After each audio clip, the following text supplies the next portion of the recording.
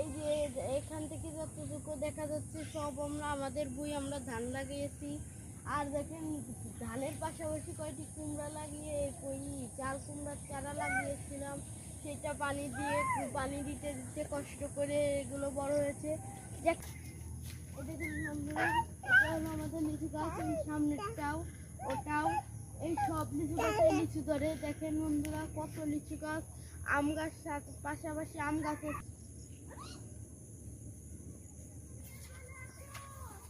দেখেন বন্ধুরা আমরা এখানে ঢেঁড়স লাগিয়েছিলাম, আলহামদুলিল্লাহ ভালোই ঢেঁড়স হয়েছে।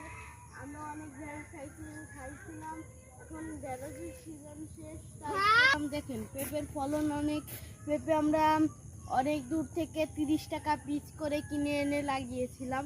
এই পেঁপে পাকে না, এই পেঁপে না পাকার আগেই খেয়ে ফেলা বা বেশি ফেলাতে এই গাছটা মরে যাচ্ছে। আর এই পেঁপে কয়টা শিখতে হবে। দেখেন এই গাছটা অনেক ফলন, এই গাছটা মাশাআল্লাহ খুব ভালোই ধরেছে। আপনারা দোয়া করবেন।